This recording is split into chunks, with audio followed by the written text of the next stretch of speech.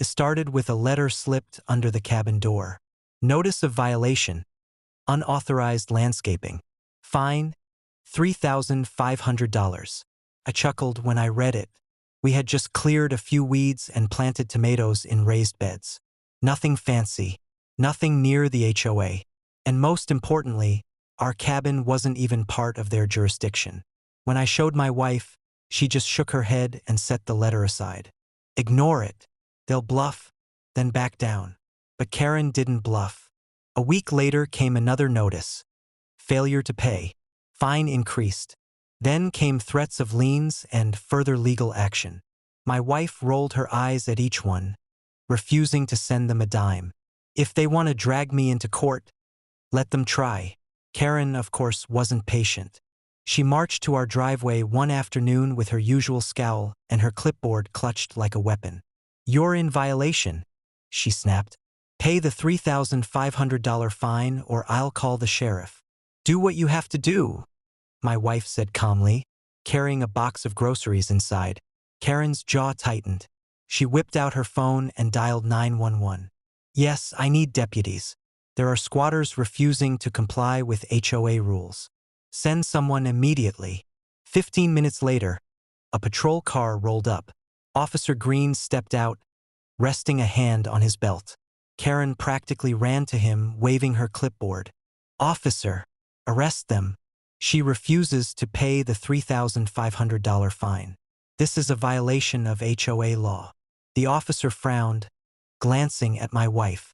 She stood on the porch, arms crossed, calm as ever. Then something strange happened. The officer's eyes widened.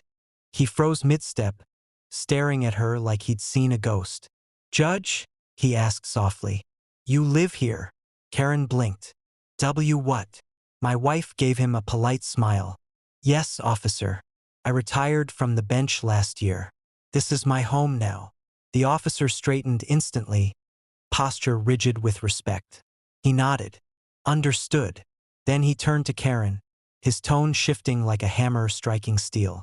Ma'am, this property isn't under HOA jurisdiction.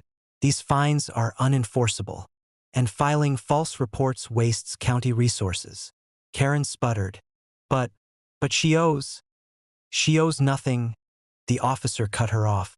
And if you continue harassing them, you'll be the one facing charges. Karen's mouth fell open, but the officer wasn't done. He pulled a small notepad from his pocket. Consider this your official warning. Next time, you'll be cited.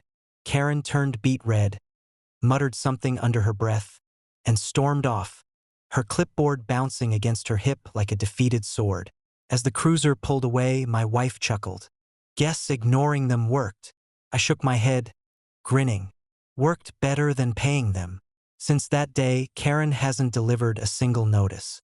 Word spread fast. The squatter she tried to find was actually a former judge, the same woman who used to sign warrants and preside over county cases.